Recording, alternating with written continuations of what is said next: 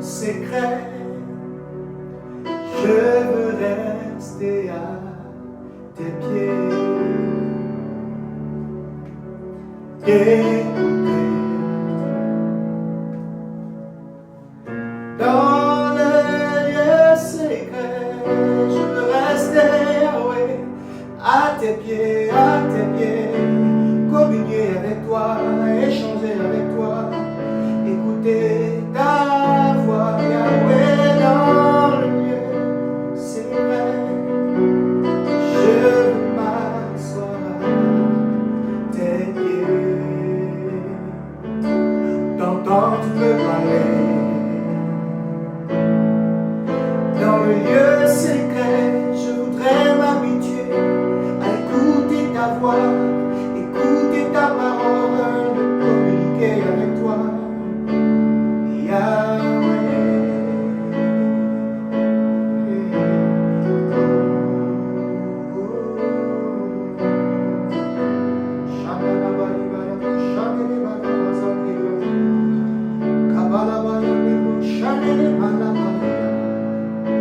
Dans le lieu secret,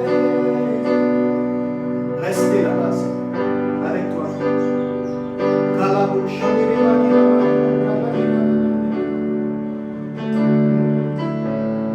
Frères et sœurs, bienvenue à votre émission Worship Room, une émission qui permet de cerner le cœur de Dieu en ce qui concerne l'adoration.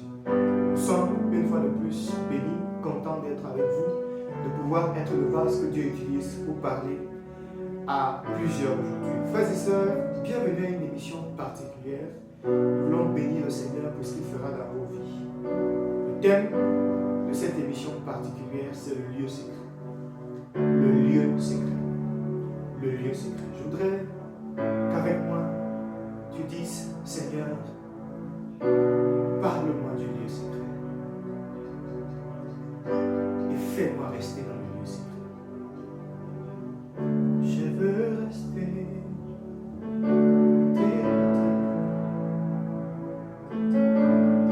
dans le lieu secret. Je veux rester, Seigneur.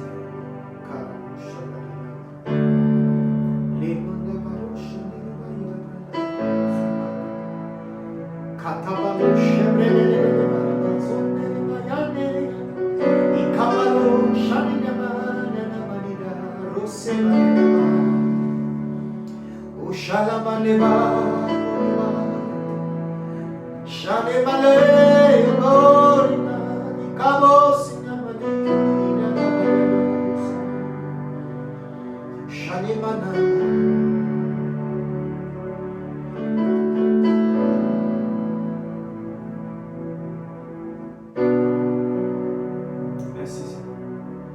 Frères et sœurs, 1 Chronique 9, à partir du verset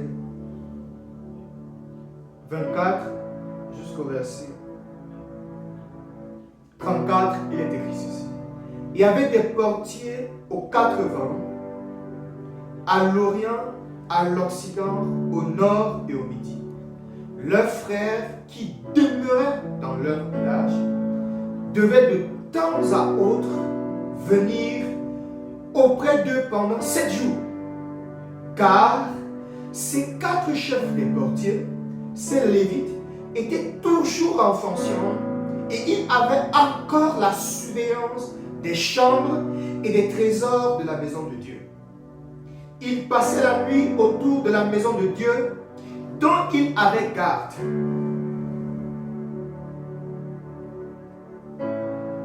Et qu'ils devaient ouvrir chaque matin. Quelques-uns des Lévites prenaient soin des ustensiles du service, qu'ils rentraient en les comptant et sortaient en les comptant. D'autres veillaient sur les ustensiles, sur tous les ustensiles du sanctuaire, et sur la fleur de la farine, le vin, l'huile, l'encens et les aromates. Verset 30, c'était des fils des sacrificateurs qui composaient les parfums aromatiques. Matithia, l'un des Lévites, premier-né de Shaul, de Kohérites s'occupaient des gâteaux cuits sur la plaque. Verset 31. Et quelques-uns de leurs frères, parmi les Kohérites, étaient chargés de préparer pour chaque sabbat les pains de proposition. Ce sont là, le verset 33, les chantres, chefs de famille des Lévites, demeurant dans les chambres, exempts des autres fonctions, parce qu'ils étaient à l'œuvre jour et nuit. Verset 34. Ce sont là les chefs de famille des Lévites, chefs selon leur génération. Ils habitaient à Jérusalem. Le père de Gabaon, Joël, habitait à Gabaon et le nom de sa femme était Maca. Mes frères et mes sœurs, permettez que nous puissions ensemble essayer de comprendre véritablement ce thème merveilleux, le lieu secret. Nous voyons la lecture que nous venons d'émettre nous parle de comment est-ce que les charges étaient définies dans la maison de Dieu. Il y avait des portiers, il y avait des personnes qui étaient destinées à cuire des repas, il y avait certains qui étaient destinés à faire des pains, la table des propositions, il y avait des personnes qui étaient destinées à pouvoir gérer les aromates, l'encens. Rappelant que dans le temple, il y avait les parvis. Dans les parvis, on avait des parties. On avait l'autel de l'Holocauste, on avait la cuve des reins. Dans le lieu saint, on avait l'encens, le chandelier. On avait, autant pour moi, le chandelier, la table des propositions et l'autel des parfums. Dans le lieu très saint, on avait le tabernacle, à l'intérieur la gêne d'Aaron, les pains et la table de la loi. Mes frères et mes sœurs, ce texte nous permet de comprendre véritablement que chaque charge dans l'Ancienne Alliance, chaque personne qui devait rendre ministère avait une fonction bien précise et était chargée de pouvoir accomplir sa tâche avec un protocole bien établi. Vous allez voir, on dit qu'il y avait des portiers aux 4 vents à l'Orient, de l'Occident, au Nord et au Midi. Chacun était placé à son poste. Les frères qui demeuraient dans les villes, ils demeuraient veut dire rester là-bas, demeurer, c'est rester à toujours. Ils étaient dans le village, ils restaient dans le village parce qu'ils avaient une fonction bien précise. Devaient de temps à autre venir auprès de pendant 7 jours. Les choses étaient bien définies, car ces 4 chefs portiers, ces Lévites, étaient toujours en fonction. Il n'y avait pas un instant qu'ils quittaient la fonction. Non, ils restaient toujours en fonction. Mes frères et mes sœurs, le lieu secret que nous parlons aujourd'hui n'est pas forcément un endroit. Le lieu secret que nous parlons aujourd'hui n'est pas forcément un lieu. Le lieu secret que nous parlons aujourd'hui, c'est une vie. C'est un état. C'est une conscience de ce que, à chaque moment, à chaque instant, je suis dans le lieu secret. Écoutez, il dit, ils devaient toujours être en fonction. Et ils avaient encore la surveillance des chambres et des trésors de la maison de Dieu. Ils passaient la nuit autour de la maison de Dieu, dont ils avaient la garde et qu'ils devaient ouvrir chaque matin. Personne ne devait quitter son lieu de fonction. Personne. Personne ne devait quitter le lieu où ils étaient prêts à rendre le ministère. Personne ne devait quitter le lieu du ministère. Personne ne devait quitter le lieu de la fonction. Personne ne devait se retirer du lieu secret, en d'autres termes. Écoutez le verset 33. Ce sont là les chantres, chefs de la famille des Lévites, demeurant dans les chambres, exempts des autres fonctions, parce qu'ils étaient à l'œuvre jour et nuit. Mes frères et mes sœurs, je voudrais interpeller les chantres.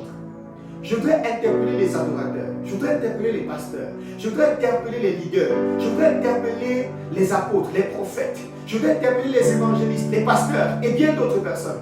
Frères et sœurs, ma Bible me dit les chantres ne devaient pas quitter la présence de Dieu. Les chantres devaient rester dans la présence de Dieu parce qu'ils devaient rendre le ministère jour et nuit. Ils ne devaient pas quitter. Chantre, il n'y a pas un moment où tu sors de la présence de Dieu et tu entres. Non, tu dois rester tous les jours. À tout moment, à tout instant, tu dois déporter ton lieu secret.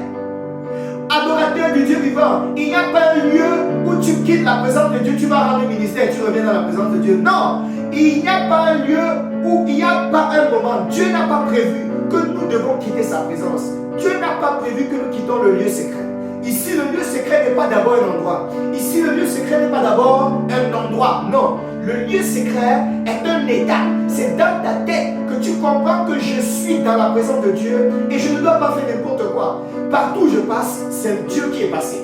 Si je marche, c'est Dieu qui marche. Si je parle, c'est Dieu qui parle. Si je pense, c'est Dieu qui pense. À chaque instant, à chaque moment, tu dois être conscient de la présence de Dieu. À chaque moment, tu dois être conscient que le lieu où je me trouve, c'est le lieu secret. Chante. Il n'y a pas un moment où tu dois quitter la chambre, aller rendre ministère. Et puis, revenir, non. Le Seigneur a prévu que ta chambre soit déportée partout où tu passes. C'est pourquoi la Bible déclare prier sans cesse. Mes frères, Dieu veut que nous restons dans sa présence. Dieu désire que nous restons dans sa présence. Dieu désire que nous puissions rester dans le lieu secret. Quel est ton lieu secret? WhatsApp? Facebook? Ton téléphone? Ta chambre? Ton arlequin? Ton journal? Quel est ton lieu secret? Ta parole? Ta Bible? Quel est ton lieu secret? Mes frères et mes sœurs, voilà les chantres qui ne devaient pas quitter la chambre. Voilà les chantres qui ne devaient pas quitter le lieu secret. Ils devraient rester dans le secret. On a beaucoup de problèmes dans le corps de Christ parce que personne ne veut rester au pied du Père. Tout le monde veut se faire voir.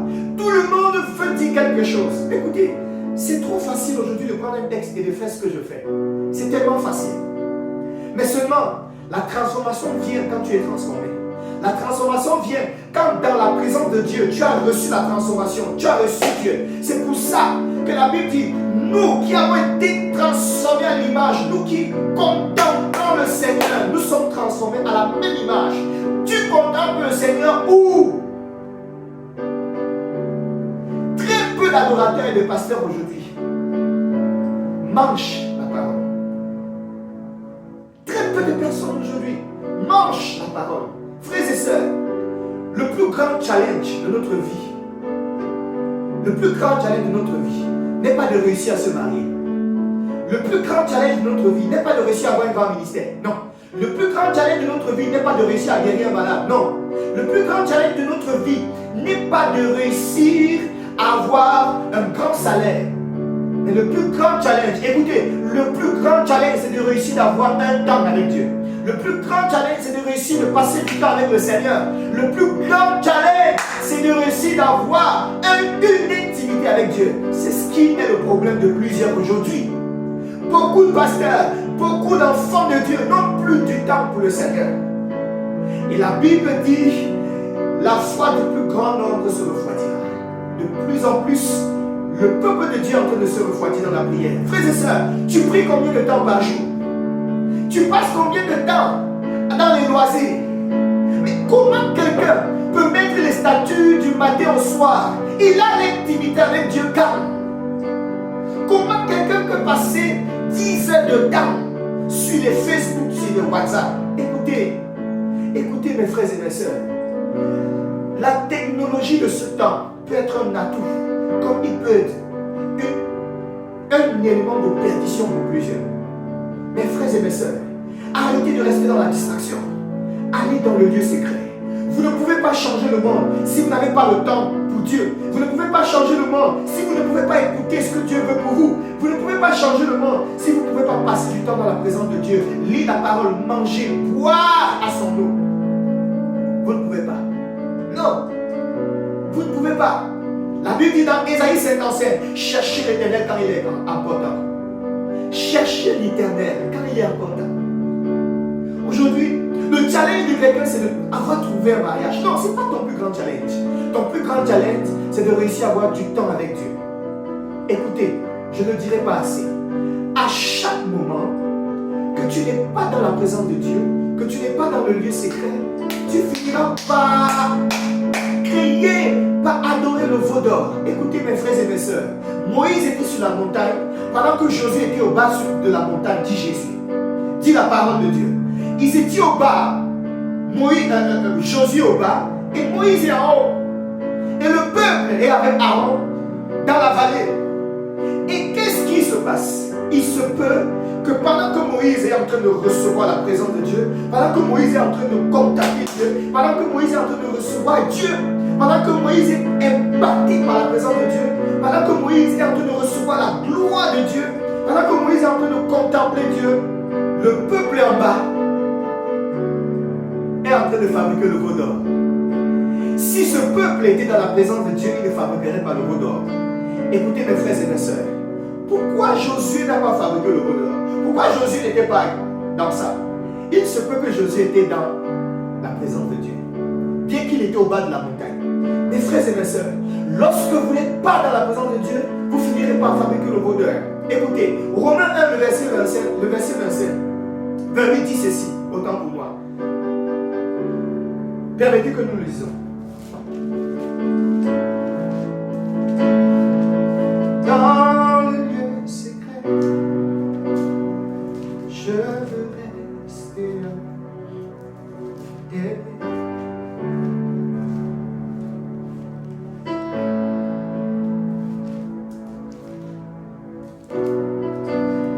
Romains 1, le verset 28 dit, comme ils ne se sont pas souciés de connaître Dieu, Dieu les a livrés à leur sens éprouvé pour commettre des choses intimes. Je voudrais parler, est-ce qu'on peut baisser un peu? Je voudrais parler à des enfants de Dieu. Ne joue pas au grand alors que tu sais que ton intimité avec Dieu a un problème. Tu sais que tu as baissé dans ta foi. Tu as plafonné et tu es en train de plafonner. Tu es en train de plafonner. Tu sais que tes temps de méditation ont baissé. D'ailleurs, est-ce que tu médites encore? Tu médites aujourd'hui, demain, tu ne médites pas. Après-demain, tu ne médites pas. Et un jour, tu te lèves, tu médites. Maintenant, ta prière, c'est Seigneur, protège-moi pour la journée. Ta prière, c'est Seigneur, garde-moi pour la nuit. Mais tu n'as plus de communion avec Dieu. Tout ton combat, c'est de réussir à ce qu'on te voie en tant que fille et que tu te maries. Tout ton combat, c'est de réussir à avoir quelque chose dans la société. Les temps sont tellement durs. Il faut trouver un mariage. Il faut trouver rapidement une personne qui va vous épouser. Alors les temps sont tellement durs, il faut trouver un travail. Il faut se positionner. La vie, si est telle que si tu n'as pas un travail, tu es foutu. Mes frères et mes sœurs, tu sais que tu as baissé dans ton intimité avec Dieu. Tu sais que tu as des problèmes. Tu sais que tu n'arrives plus à chercher la face de Dieu. Aujourd'hui, Dieu te parle. Et Dieu te dit, reviens.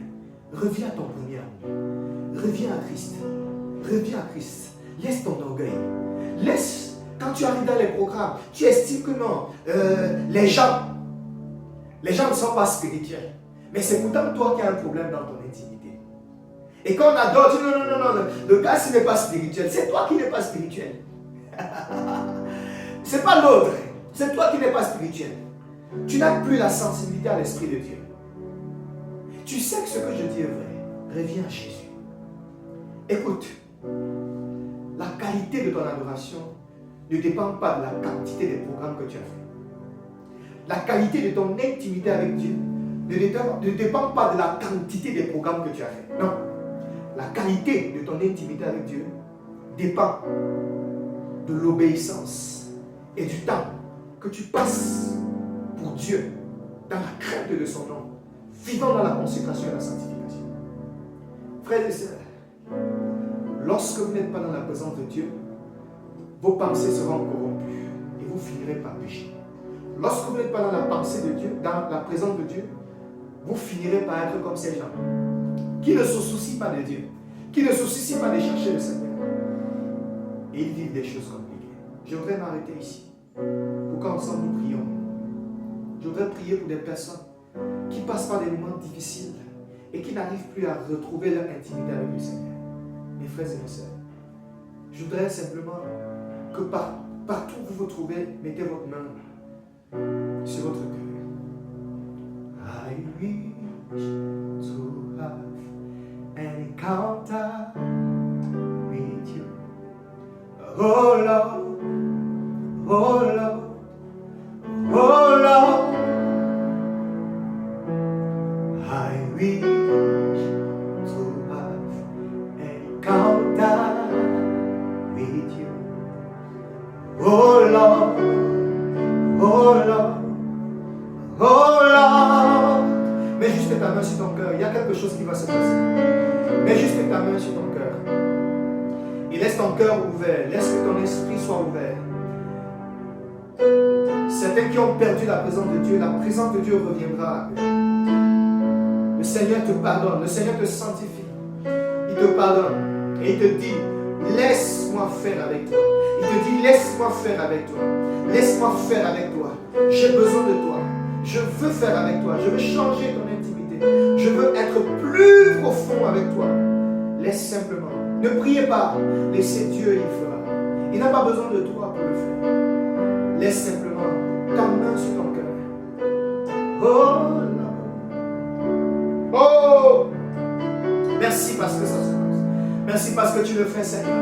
Tous ceux, Père, qui ont besoin de ta présence, tu le fais. Ta présence, Seigneur, tu changes les vies, tu changes les cœurs. La présence de Dieu arrive à vous. La gloire de Dieu change et vous donne de sortir de la lourdeur dans laquelle vous étiez.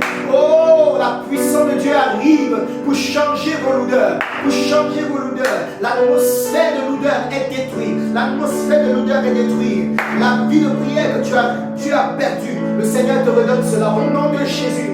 La vie de prière que tu as perdue, le Seigneur te redonne. La vie d'intimité que tu as perdue, le Seigneur te redonne. Oh, toi jeune fille qui avait des moments de louange dans la présence de Dieu, reprends tes moments de louange. Toi jeune garçon qui avait des moments de retraite personnelle, reprends tes moments de retraite. Toi, homme de Dieu, qui avait des moments de prière, qui avait des moments intenses de prière, tu priais au moins 3 heures par jour. Reprends tes moments. Toi, serviteur de Dieu, qui avait des moments d'intimité et qui allait prêcher l'évangile dans les quartiers, le Seigneur te dit, reprends ces moments, reprends ces moments, reprends ces moments. Oh, merci Seigneur pour ta grâce. Oh Lord, oh Lord, I wish to have an encounter with you. Oh Lord, merci pour ta puissance. Seigneur, je prie pour mes frères.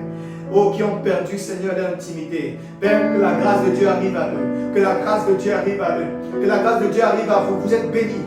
La puissance de Dieu arrive à vous. La puissance de Dieu arrive à vous. Tout esprit qui avait mangé, qui était arrivé à vous et vous empêchait de passer du temps avec Dieu, je prie que cet esprit vous lâche maintenant au nom de Jésus. Toute pensée qui vous donnait de ne pas passer du temps avec Dieu, mais passer du temps dans vos téléphones, dans vos WhatsApp, de passer du temps dans les loisirs, je prie que cet esprit vous lâche au nom de Jésus-Christ.